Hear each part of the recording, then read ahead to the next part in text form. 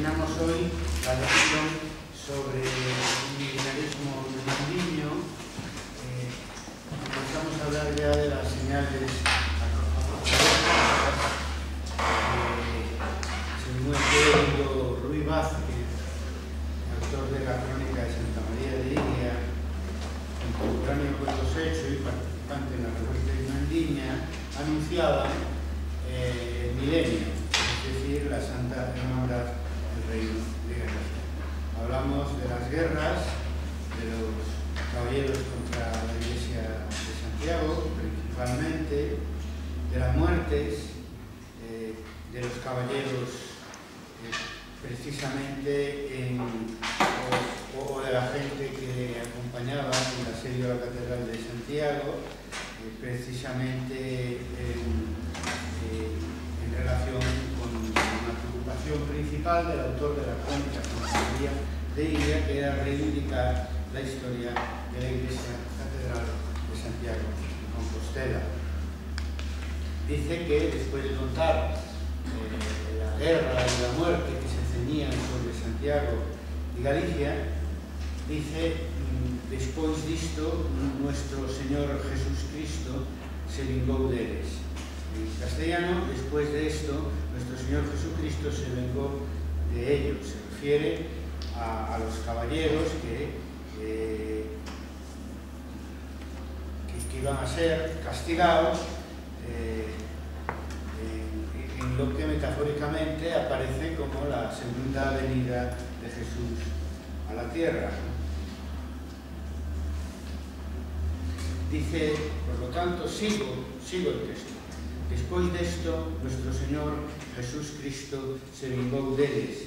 E sigue, porque todos eran perversos en maldades contra él, contra Jesús, que representa a Iglesia cristiana.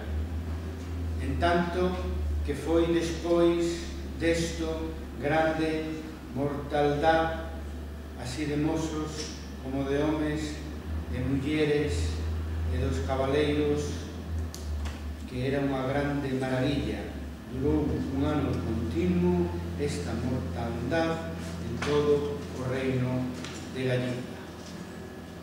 Digo en castellano: después de esto, de las guerras en Santiago y de las muertes que producían contra el arzobispo de Santiago, nuestro Señor Jesucristo se vengó de ellos, de los caballeros que acosaban a la Iglesia de Santiago, porque todos, y aquí ya se refiere a todos los caballeros del reino, eran perversos en maldades contra él, contra Jesucristo, que representa ya terrenalmente la Iglesia cristiana. En tanto que fue después de esto una gran mortandad, el nombre que recibía en la documentación de la época la peste, así de mozos como de hombres y mujeres, y de los caballeros, que era una gran maravilla. Bueno, pues se refiere a la peste, que es el tercer jinete del Apocalipsis que faltaba. Tenemos la guerra, la muerte y ahora la peste, que mataba, claro, sin distinciones ni de género ni de estatus social, porque habla así de mozos como de hombres y mujeres, y de los caballeros. Pero sí, en este caso mataba a toda la población, pero muy especialmente a los caballeros, y ahí es donde interpreta que es un castigo divino, la mortandad, que es un castigo divino por los pecados que habían cometido contra la Santa Madre Iglesia, que era una gran maravilla, es decir, la mortandad que asoló durante un año continuo, 1466-1467, el reino de Galicia. Dice, duró un año continuo esta mortandad en todo el reino de Galicia.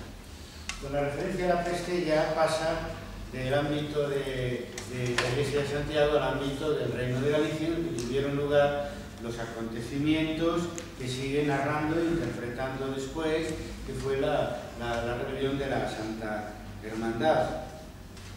Entonces, así como las guerras y las muertes más bien se refiere a Santiago de Compostela. Al hablar de la peste ya se refiere al reino de Galicia, y claro, lo maravilloso que estudió y que definió Jacques Le Goff en este caso no es la peste en sí, sino la peste en sí entendida como una señal apocalíptica que anuncia la intervención divina. O sea, Jesús se venga de los caballeros principalmente, primero a través de la peste, que anuncia naturalmente, de una manera quizá un poco confusa, pero que anuncia la Santa Hermandad. Por lo tanto, de los signos que preceden a la revuelta irmandiña, de los signos apocalípticos que preceden a la revuelta irmandiña, pues se lleva a la palma naturalmente la peste de mediados del siglo XV, es decir, la peste bubónica, que estalla en toda Europa en 1348, vuelve varias veces a estar presente hasta en lo que resta de Edad Media, ¿no? Bueno, hay documentos de archivo de ese año, de 1467, de ese tiempo, de Tuy, de Orense, de la tierra de Lemos, donde tenemos noticia de la peste, o sea, confirmando en documentos de archivo lo que se dice en la fuente narrativa de la mano del clérigo Ruy Vázquez. Y también en esa documentación aparece, pues claro, recetas milagrosas para curar la peste, que en aquel momento no se sabía que la transmitían los ratones, donde se pensaba que tenía otros orígenes. Aparece en esa documentación de archivo invocaciones a San Sebastián para que nos libre de la peste, y también la muerte del hijo del conde de Lemos, Alfonso Osorio, por causa de la muerte negra, vamos, de la peste, ¿no? Alfonso Osorio, pues es una pérdida que sufrió el conde de Lemos, dramática, por causa de la peste, cuando él estaba preparando todo para que Alfonso Osorio heredara el condado de Lemos, ¿no? De hecho, os recordaréis que cuando hablábamos de la situación previa en Galicia a la insurrección contra las fortalezas, le dábamos un gran valor a los documentos del conde de Lemos, Pedro Álvarez Osorio, pues recomendando y cediendo determinados bienes y fortalezas a su hijo Álvaro Alfonso, que después no llegó a heredarlo porque murió por la peste inmediatamente después. Curiosamente, Ruy Vázquez no hace mención a la muerte del hijo del conde de Lemos, que aparece en nuestra documentación, porque él le interesaba sobre todo el castigo de Jesucristo contra los caballeros, enfocado en las cabezas de los linajes. Consideraba, con lógica caballeresca, los responsables de los grandes males, y de eso no se diferenciaban en parte, no se diferenciaban demasiado del resto de la población de Galicia, que imputaba a los caballeros en su conjunto, pero muy especialmente a las cabezas de los grandes linajes, la situación de anarquía que vivía Galicia y que provoca la revuelta irmandiña. Por lo tanto, tenemos la peste que asola Galicia en los momentos previos a la revuelta irmandiña y aún después, por lo menos en lo que resta de año 1467. Lo curioso es que las referencias a la peste coinciden con el momento álgico de la insurrección armada contra las fortalezas, con lo cual en la primavera-verano de 1467, con lo cual no es muy difícil imaginar lo que eso golpeó influyó en la mentalidad colectiva, es decir, en la mentalidad de revuelta, tanto del clero como del pueblo. Es decir, vivían al mismo tiempo la peste, interpretado ese hecho de una manera providencial, como es habitual en la Edad Media, con el problema de la culpabilidad de los caballeros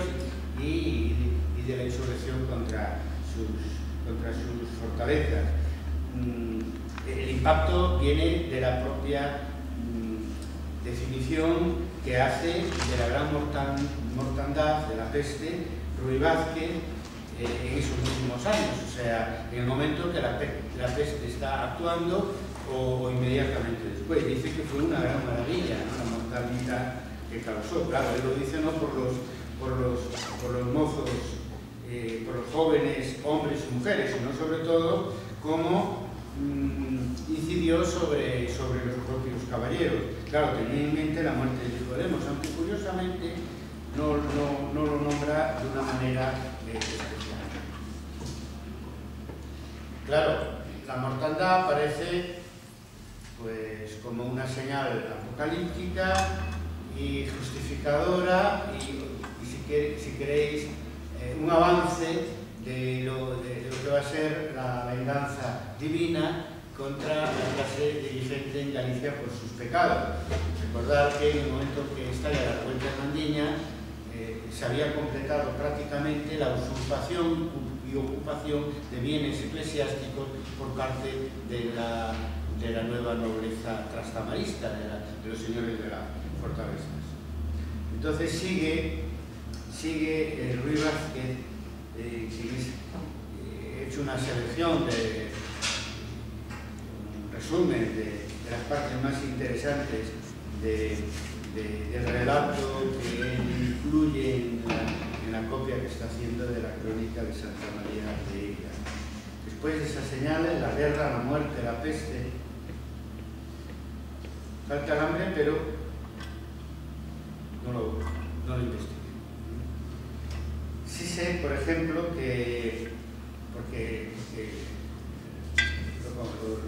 lo informan testigos del pleito de la Fonseca, que como consecuencia de los asedios de las fortalezas, y en fin, en general de la revuelta contra las fortalezas, pierden en el lugar del informante, pero es probable que sucediera también en el resto de Galicia, la cosecha de la primavera-verano de 1467, lo cual agrava la situación junto con la peste y las otras calamidades que viven en el momento anterior, pero también mientras desarrollan la revuelta armada contra las fortalezas. En un estado de rebelión que tiene su dimensión mística, digamos, su dimensión religiosa, su dimensión providencialista, su dimensión, que es el término exacto para definirla, milenarista. Bueno, pues sigue, después de hablar de la peste, sigue Ruy Vázquez. En este encomedio, diríamos hoy en gallego, en este intre, es decir, en ese intervalo castellano, primero el gallego y después lo traduzco, para los profesores, estudiantes y otros interesados que están siguiendo el curso por internet. En este encomedio levantóse toda a terra con a Santa Hermandade, en tanto que nunca deixaron fortaleza en todo o reino de Galicia. En este tiempo, o en este intervalo,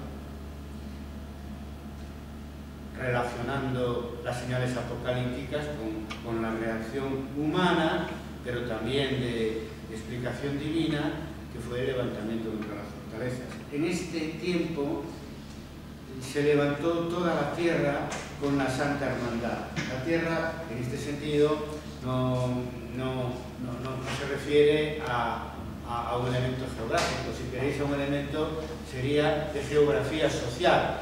Se refiere, hablando de la tierra, a la jurisdicción, es decir, a lo que reúne la geografía con la población que habita en ese territorio, ¿no? Entonces se levantó toda la tierra con la Santa Hermandad.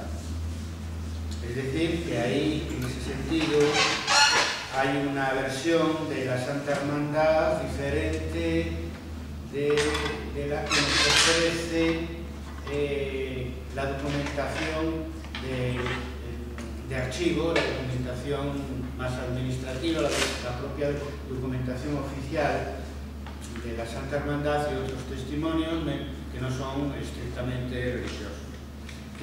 Lo que nos dice, digamos, esta documentación a la que hago referencia es que la hermandad la forma la propia población. Es un producto de la voluntad popular, se decide en asambleas, se eligen los cargos, etc. Sin embargo, aquí tenemos otra idea, que toda la tierra, es decir, la gente, se levanta con la Santa Hermandad, como si la Santa Hermandad hiciera un llamamiento. Es verdad que se hacen llamamientos y pregones, y conocemos alguno porque aparece como el de Orense en 1467, pues un poco extractado excesivamente para nuestro gusto, pero diciendo que todos, clérigos y laicos, judíos y moros, tenían que ir al derrocamiento del castillo Ramiro. Efectivamente, hay una institución que actúa como vanguardia, pero al mismo tiempo es producto asambleario de la propia población, o sea, de cada municipio o de cada parroquia, según fuera el ámbito de formación de la hermandad, el ámbito de la asamblea para elegir los alcaldes de la hermandad en el comienzo del proceso. Proceso que, como veis, para Ruy Vázquez se inicia con la insurrección contra las fortalezas. Claro, no hace mención ninguna a la fase política anterior, y menos a que las hermandades se forman con el permiso del rey, porque eso sería reconocer un origen no religioso, como los propios ismandiños hacen constantemente para legitimar jurídicamente la revuelta. No. La Santa Hermandad es seguida por toda la tierra. Otra vez aparece con un término todo el sentido unánime que tuvo, que está bien documentado la revuelta hermandiña, y sigue a la Santa Hermandad. Porque, claro, aquí el carácter de la palabra santa no es gratuito, sino que lo define todo, ¿no? La hermandad, la unión, todos los hermanos se reúnen, pero para una obra santa, ¿no? Para una obra de Dios. En tanto que nunca dejaron fortaleza en todo el reino de Galicia. Bueno, aquí tenemos una confirmación de fuente contemporánea narrativa de lo que 60 años después nos dirán los protagonistas y sus descendientes en el pleito de Tavera Fonseca, que no dejaron fortaleza en el conjunto del reino. Y yo no sé si él hace en algún otro lugar referencia a la excepción de Pambre, que era muy habitual que fue muy habitual en la época, ¿no? Y así se refleja en los testimonios del pleito de Tavera Fonseca. En todo caso, tenemos otra vez el grado unánime de la revuelta, que echa abajo todas las fortalezas, es decir, en tanto que nunca dejaron fortaleza en todo el reino de Galicia. No deja de ser una fórmula también inteligente, literariamente, hábil literariamente, donde se explica la unanimidad de la revuelta a la hora del derrocamiento desde un punto de vista negativo, es decir, que nunca dejaron fortaleza en todo el reino de Galicia, no dejaron una en pie.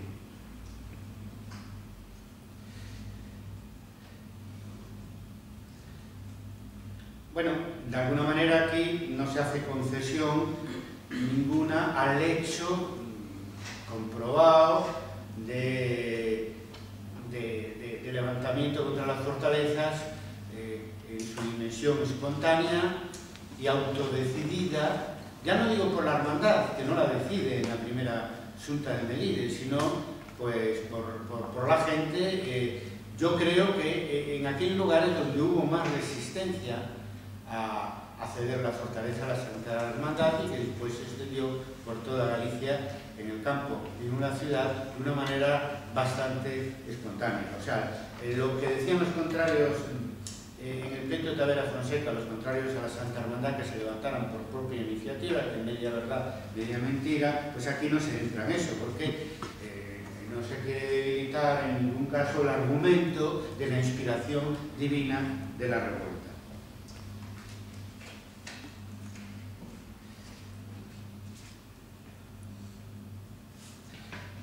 E en isto foi, lo digo en gallego, isto foi por la má vivenda dos cabaleiros que non facían senón furtar e roubar. Traduzco. Y esto fue por la mala vivienda de los caballeros que no hacían sino hurtar y robar. Me parece que dije no sabían antes, ¿no? Me equivoqué. No, que no hacían sino hurtar y robar. Es decir, hurtar y robar. Bueno, hurtar y robar. Hurto y robo, pues bueno, son palabras sinónimas, aunque un especialista en derecho probablemente matizaría la diferencia entre un hurto y un robo. Vázquez no era un especialista en derecho, pero acude al estilo medieval de relatar, como dije más de una vez, juntando sinónimos o palabras muy parecidas una detrás de otra para dar más fuerza al argumento. Bueno, esto fue por la mala vivienda de los caballeros. Recordáis que había un testigo de Prieto de la Fonseca que decía que los caballeros eran de mala conversación y gusto, es decir, para dar una imagen negativa de los caballeros, que eran en suma los señores feudales de Galicia. Bueno, mala vivienda se refería al mal vivir de los caballeros, vamos a explicarlo hoy, vivían mal, porque se dedicaban a robar al resto de la gente. Eso lo está demostrado a través de una investigación sobre la mentalidad justiciera de los ismandiños, donde se prueba claramente que ante la crisis de ingresos señoriales, los señores feudales, los caballeros, sobre todo aprovechando en fin, el poder coercitivo de las fortalezas, obtenían ingresos suplementarios por la vía de secuestros, de robo de ganado y otros métodos, ¿no?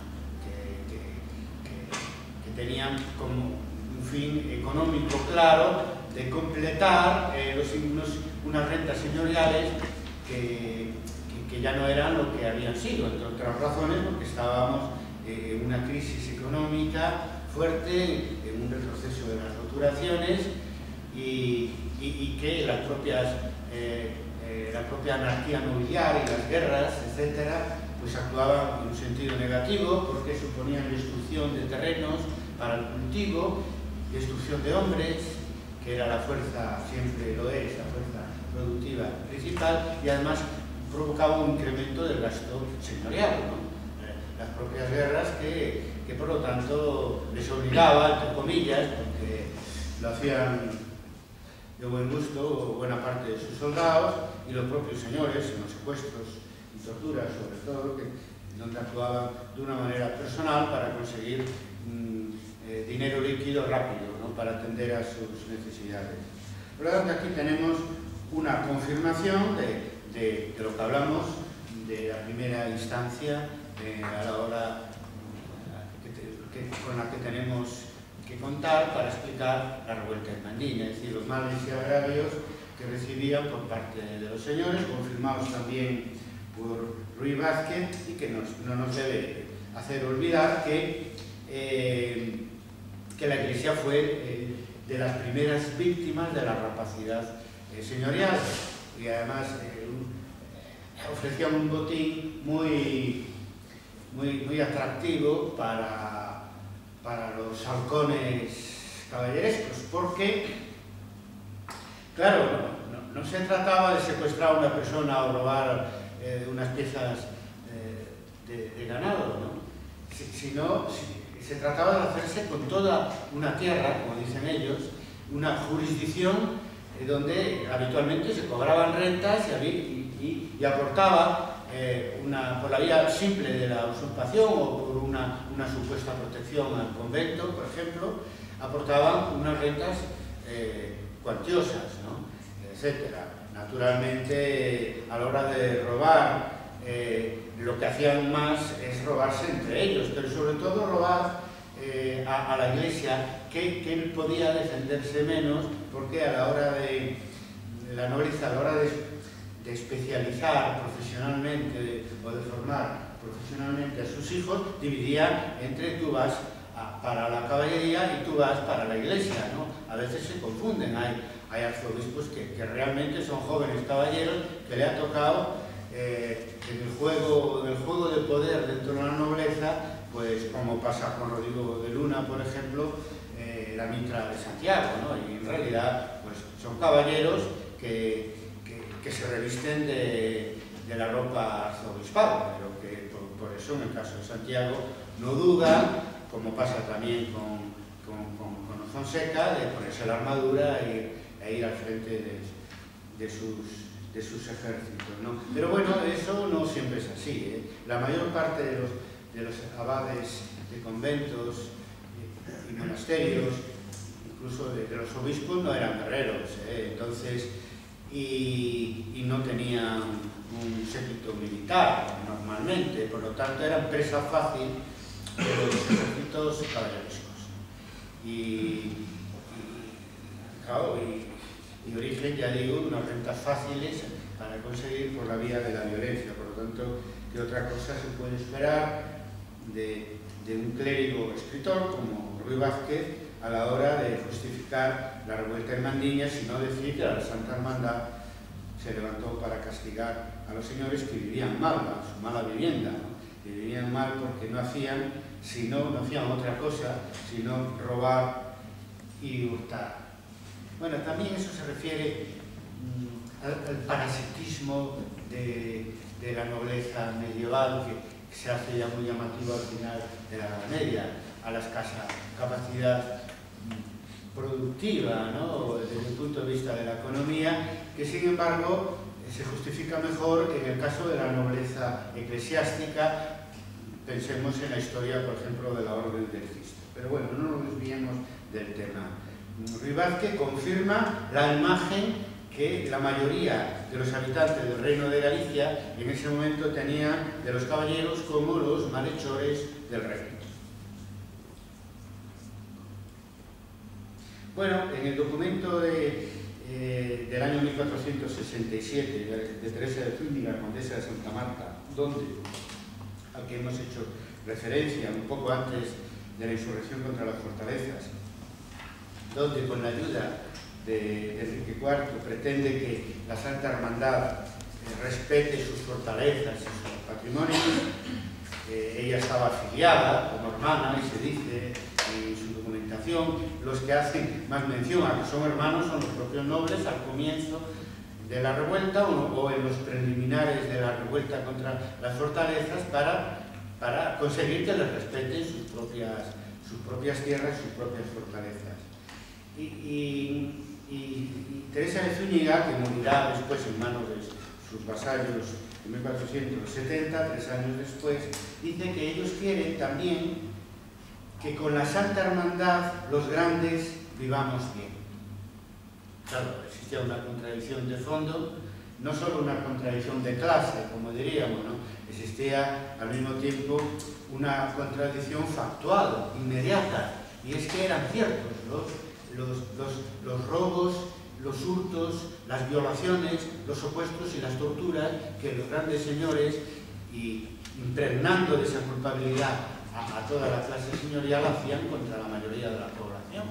Entonces no podían hacer excepciones. Pero bueno, hago referencia porque otra vez aparece, en el caso de Ruy Vázquez, habla del mal vivir, de la mala vivienda de los caballeros, y la condesa Santa Marta dice que para que los grandes vivamos bien también, dice, con la Santa Hermandad, lo cual se hace históricamente imposible, ¿no?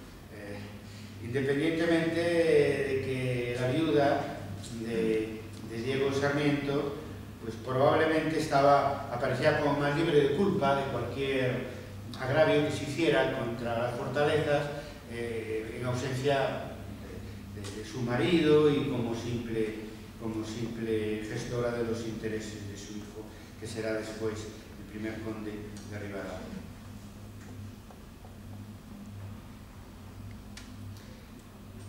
Bueno, y por esto, paso al rey primero, por esto quiso nuestro Señor tornar polo seu povo que era este reino de Galiza, todo destruído pola má vivenda dos caballeros. Bueno, ya no sé si lo dije en su momento, él traduce, él escribe en gallego, Ruy Vázquez, porque traduce del latín, en vez de hacerlo al castellano, traduce del latín al gallego las fuentes en las que se basa para escribir la crónica de Santa María de Iria. Evidentemente, para llegar a un público más amplio,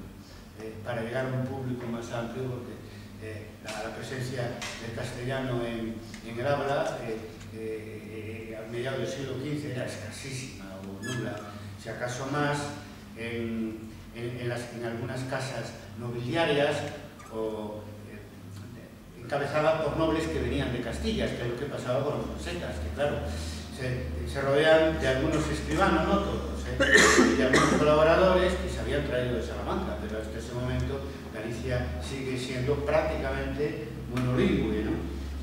Entonces él, para dirigirse a sus compañeros del bajo clero, a sus feligreses en la zona de Muros, escribe en gallego, que es lo que podían entender, aparte de que el uso del gallego, en mi opinión, tiene que ver con que lo que introduce como hechos contemporáneos en la crónica de Santa María de Iria responde, o sea, es lo que él dice en las reuniones y en las homilías. O sea, quiere decir que escribe como habla, para entendernos, es decir, naturalmente en gallego. Y por esto nuestro Señor quiso, por esto, es decir, explicando la revuelta exitosa de la Santa Hermandad contra los caballeros y sus fortalezas. Y por esto quiso nuestro Señor tornar por su pueblo, es decir, volver por su pueblo, o sea, que era este reino de Galicia. Bueno, aquí tenemos la idea del pueblo elegido, como es obvio, ¿no? Que en este caso es el pueblo gallego, ¿no? Y que en la Biblia es el pueblo de Israel. Todo destruido por la mala vivienda de los caballeros. Bueno, tenemos el protagonismo una vez más popular de la revuelta, en este caso no hay duda que el propio Ruy Vázquez se consideraba parte de ese pueblo, como párroco rural, como hijo y amigos de los oficiales de varios oficios artesanos de toda su vida de Santiago de Compostela.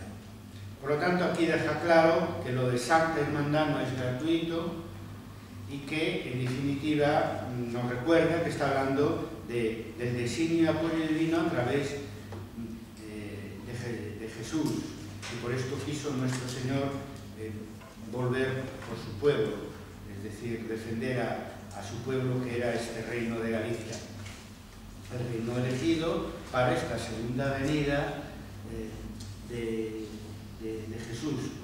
Se ratifica también, junto con el protagonismo popular de la revuelta, el reino de Galicia como sujeto histórico de todo, es decir, de la peste en su momento dado, del derrocamiento de las fortalezas, y ahora aquí el sujeto de la propia insurrección, reconociendo que, insistiendo en el proteccionismo divino de Jesús Cristo sobre su pueblo. Bueno, insiste una y otra vez en los caballeros. En ese sentido no se distingue cuantitativamente de la referencia que encontramos en el pleito de Talavera Fonseca sobre los antagonistas de los ismandinos.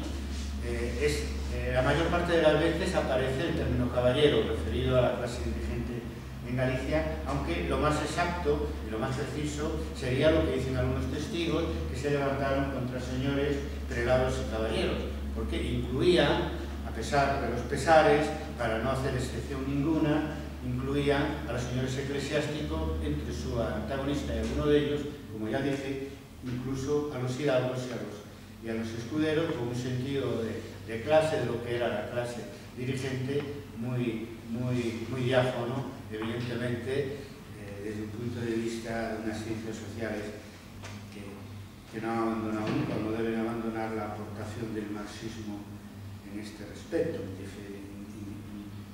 independientemente de que otras aportaciones no fueron tan exitosas como la idea de las clases y de la lucha de clases. Bueno, aquí ahora especifica más cómo nuestro Señor, apoyando al pueblo y por medio del instrumento de la Santa Hermandad, se venga de la destrucción del reino por causa de los caballeros, pues matándolos, haciéndolos morir. Ya encontramos alguna referencia cuando hablábamos de la peste. Es que ahora es mucho más claro, porque ahora establece una relación de causa-efecto entre el levantamiento de la Santa Hermandad y la muerte de los caballeros. Naturalmente, él sabía, y nosotros sabemos, porque está bien documentado, de que se cuidaron muy mucho los irmandiños, tanto a nivel local como a nivel provincial, como en el conjunto de Galicia, de vengarse en ningún caballero ni en ningún familiar de ningún caballero derrotado militarmente. Y respetaron la vida de todos ellos, salvo lo que pudiera pasar entre unos y otros en las batallas que se dieron al comienzo y al final de la revuelta. Pero en esta batalla no hay noticia de que muriera ningún caballero importante. No era fácil, no era fácil, porque efectivamente entraban en batalla bien protegido, no solo por armadura, sino por su propio séquito, ¿no? Entonces, cuando se dice que Jesús Cristo se vengó de los caballeros, primero, que destruyen la iglesia de Santiago, y segundo, que destruyen todo el reino de Galicia, lo concreta después. En tanto que tres deles morreron no segundo ano que tiveron a iglesia de Santiago cercada, e non ficou deles fillos nin fillas. Cual foi? Bernaldo e Ans de Moscoso, e o seu irmão Álvaro Pérez de Montaos e Lopo Pérez de Mendoza. Bueno, sigo y lo analizamos conjuntamente. E outros caballeros que ficaron atais como o primeiro día que nasceran sen terras e sen vasallo. Lo digo todo junto para que se vea cómo el castigo diferencia entre los que atacaron a la Catedral de Santiago y el resto de los caballeros de la lista.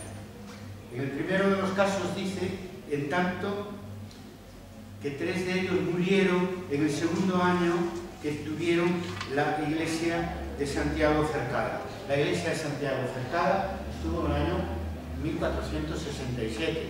Está diciéndonos que murieron en 1468, en plena revuelta en Mandiña, naturalmente. Y se refiere a los moscosos, Bernaldo y Álvaro Pérez, y al Mendoza, Lopo Pérez de Mendoza. Y no quedó de ellos hijos ni hijas. Eso es muy importante, porque naturalmente lo peor que hay para las cabezas de un linaje nobiliario no es la propia muerte, es quedar sin solamente, sino después, claro, de la muerte, se agrava el precio que hay que pagar, en este caso por atacar a la Iglesia de Santiago de Compostela, se queda sin descendencia, es decir, sin nadie que pueda heredar y darle continuidad al linaje nobiliario, sin hijos y sin hijas. ¿Cuál fue el caso de Bernardo Eanes de Moscoso y su hermano Álvaro Pérez de Montaos y Loco Pérez de Mendoza? No creo. Eso tuvo que suceder en el momento que estaba terminando ya la crónica, vamos, estaba cerrando ya la redacción y lo cual demuestra que incluye la parte relativa a la revuelta irmandiña al final de todo, prácticamente. Y teniendo noticia de que mueren los Moscoso y los Mendoza, lo incluye como parte del castigo divino a través del instrumento de la Santa Hermandad. Y los otros que quedaron vivos, los otros caballeros, claro, siempre tiene que mantenerse en ese doble ámbito. Una vez que nos habla de Santiago de Compostela, otra vez que nos habla del Reino de Galicia. Quedaron como vinieron, como el primer día que nacieron, sin tierras y sin vasallos, confirmando aquí la radicalidad antiseñorial y antifeudal de la revuelta irmandiña. Por lo tanto, lo primero vuelve otra vez, una y otra vez está moviéndose de Santiago de Compostela al Reino de Galicia, del Reino de Galicia a Santiago de Compostela.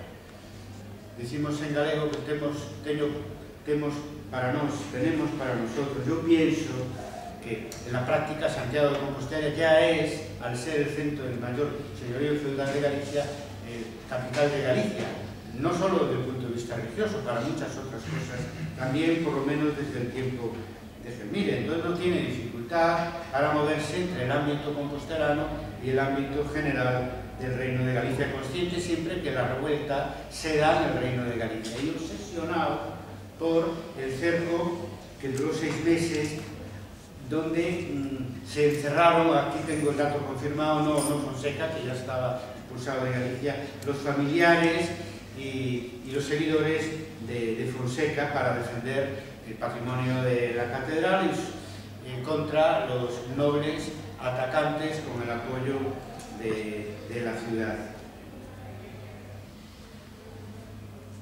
Bueno, obviamente sabemos que Bernardo Eanes Moscoso muere, ya lo dijimos, en el cerco a la catedral porque recibe una flecha desde la torre de la catedral. El único del que tengamos, caballero, del que tengamos noticia que muere en un enfrentamiento militar anterior a la revuelta irmandiña. Los Moscoso eran el enemigo mayor del arzobispo de Santiago en esos años. Son los que ambicionan a controlar las tierras de la Iglesia de Santiago, aunque hay otros, Pascual Gómez de Soutomayor, el propio Pedro Madruga después de la revuelta irmandiña, pero los principales eran los Moscosos. Ahí el enfrentamiento internobiliario era más fuerte, era sangriento incluso. Los demás mueren de muerte natural, como lo hará sin tener ya una relación tan directa con Santiago de Compostela, Álvaro Pérez de Soutomayor, que en el mismo año, en 1468, en Turia. Claro, estamos en una revuelta muy distinta a la revuelta taborita en Bohemia, ¿no? Allí había un plan de ejecuciones de caballeros. También en 1463, según una fuente contraria a ellos, claro, sin que podamos confirmarlo, les acusan a los rebeldes, 5 o 6 dirigentes son ahorcados, de tener un plan también de eliminar físicamente a la gente, a sus adversarios. Por cierto, en ese caso, Fonseca estaba del lado de los insurrectos, por eso que de alguna manera no tendrá dificultad en 1469 para cambiar de bando y ponerse del lado de los irmandiños contra los malvados moscosos, ¿no? Que será después de la Santa Hermandad cuando volverán a la carga para tratar de usurpar las jurisdicciones del arzobispado de Santiago de Compostela. Bueno, aquí no hay un plan de ejecuciones, hay un respeto a la vida de los caballeros. Los que mueren, el único que muere en acontecimientos militares es el caso de Bernal Yáñez de Moscoso, en su batalla contra Fonseca, y el resto mueren de una manera natural, pero también eso, claro, da motivo a una interpretación milenarista, ¿no? De hecho, sabemos que prácticamente todas las grandes casas nobiliarias cambian la cabeza de linaje, bien por la muerte natural de sus jefes, anteriores a la revuelta hermandiña, bien por razones de tipo operativo, porque claro, esas casas, cuando en 1469 se agrupan en 3 ejércitos para tomar el poder en Galicia, pues claro, que necesitan guerreros jóvenes al frente para ser capaces de derrotar al ejército hermandiño y recuperar sus tierras. Por lo tanto, sí es verdad que se produce ese recambio y esa desaparición de la mayoría de los jefes de las grandes casas nobiliarias en Galicia, que es interpretado por Ruy Vázquez de esta manera, pues como uno de los castigos, o si acaso el castigo mayor, que recibían por haberse enfrentado a la Iglesia, de la mano de Jesucristo, que utiliza para ello el instrumento de la Santa Hermandad. Bueno, se confirma aquí la radicalidad, decía, antifeudal, antiseñorial de la revuelta hermandiña, donde los caballeros en su conjunto, los señores en su conjunto, quedan desnudos como el primer día que vinieron al mundo, sin tierras y sin vasallos. Lo que hablamos ya en el tema de vivir sin señores. Se quedan sin jurisdicciones, sin rentas, sin vasallos y sin fortaleza. Por lo tanto, es la utopía que decíamos, realizable. Transforman las bestias bravas en bestias mansas, que escapan del reino, perseguidas en algunos casos, o que se quedan ocultas en un exilio interior. Esta referencia a la desnudez, pues tiene que ver con ese estado natural del hombre libre del pecado, ¿no? Antes, como cuenta Génesis, antes del pecado original de Adán y Eva, ¿no? Antes de tener que ganar con sudor de la frente el sustento, que además agravaba en caso de los señores que ganaban el sustento con el trabajo de los demás. Por lo tanto, se refiere a ese igualitarismo primigenio, a ese estado natural donde todos los hombres eran iguales. Rápidamente, para el tiempo que nos queda, comenta también la muerte de Álvaro Pérez de Soutomayor en Tui. Realmente la noticia de que Tui hasta marzo de 1468 no continúa asediada, pues la tenemos gracias a la crónica de Ruy Vázquez. En este encomedio morreu Álvaro Pérez Páez, Álvaro Páez de Soutomayor, en la cidade de Tui, estaba cercado da Santa Irmandade, serían hasta 5.000 homes de pé e de cabalo, mandou entregasen a cidade a Irmandade. Faleceu en o mes de marzo, ano domine 1468. Sucedeu en seu lugar o seu irmão Pedro Álvarez de Soutomayor, castellano. En ese tiempo murió Álvaro Pérez de Soutomayor en la ciudad de Tui, que estaba cercado por la Santa Hermandad. No reconocían que cercaban la ciudad, cercaban al Señor con sus soldados. La ciudad era suya. Los del concejo seguramente habían huido y estaban entre los cercadores. Serían hasta 5.000 hombres de infantería y de caballería. Tenemos una cifra de las varias que tenemos del ejército, en este caso irmandiño, seguramente compuesto por gente de todo el sur de Galicia, estuvo durante un año cercando la ciudad de Santiago, perdón, de Tui. Mandó en el momento previo a su muerte, en el testamento, mandó que entregase la ciudad a la Santa Hermandad, a una forma de arrepentimiento. Falleció en el mes de marzo del año 1468 y le sucedió, según lo sabemos, Pedro Madruga, su hermano bastardo, Pedro Álvarez Sotomayor, una bestia brava, que será el que encabece el ejército anti-irmandiño que penetra desde Portugal en 1469.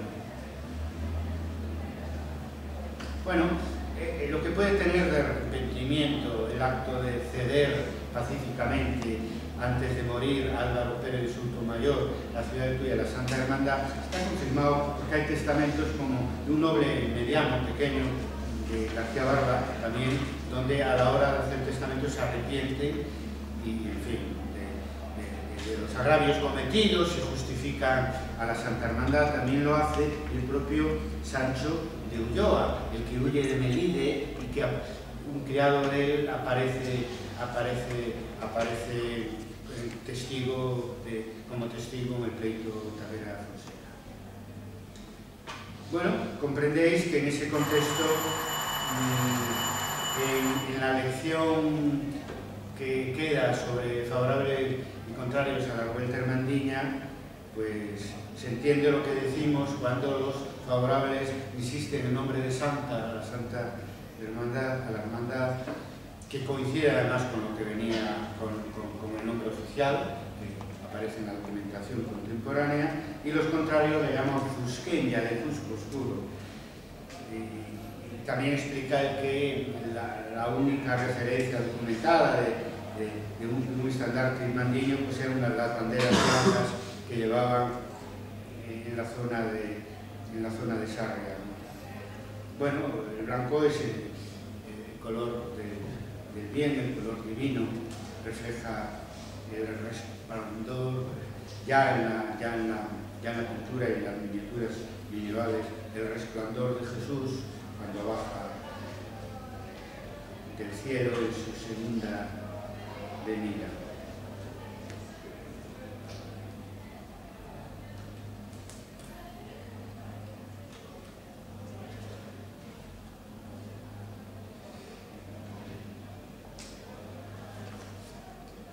En resumen, finalizo.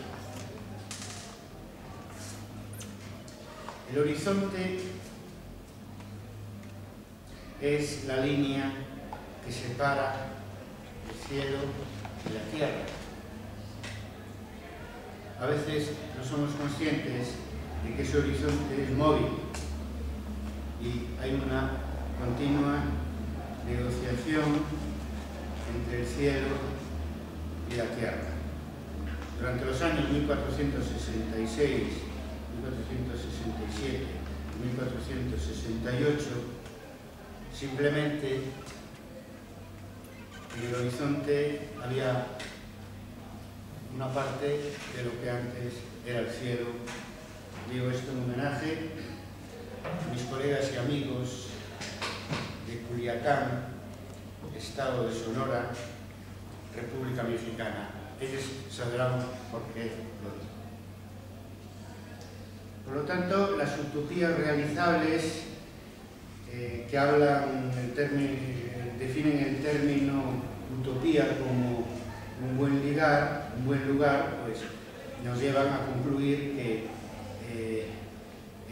la utopía se hizo realidad en la Galicia irmandiña, que fue un buen lugar para vivir en paz, en justicia y de manera segura.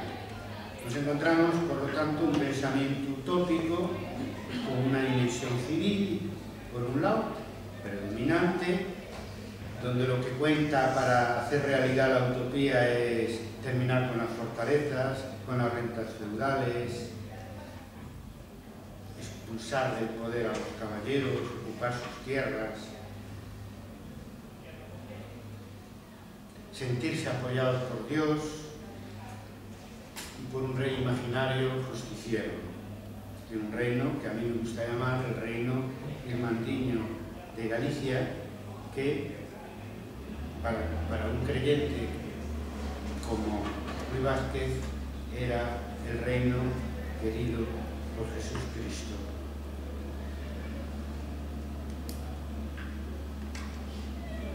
Para este milenarismo irmandiño, naturalmente, el reino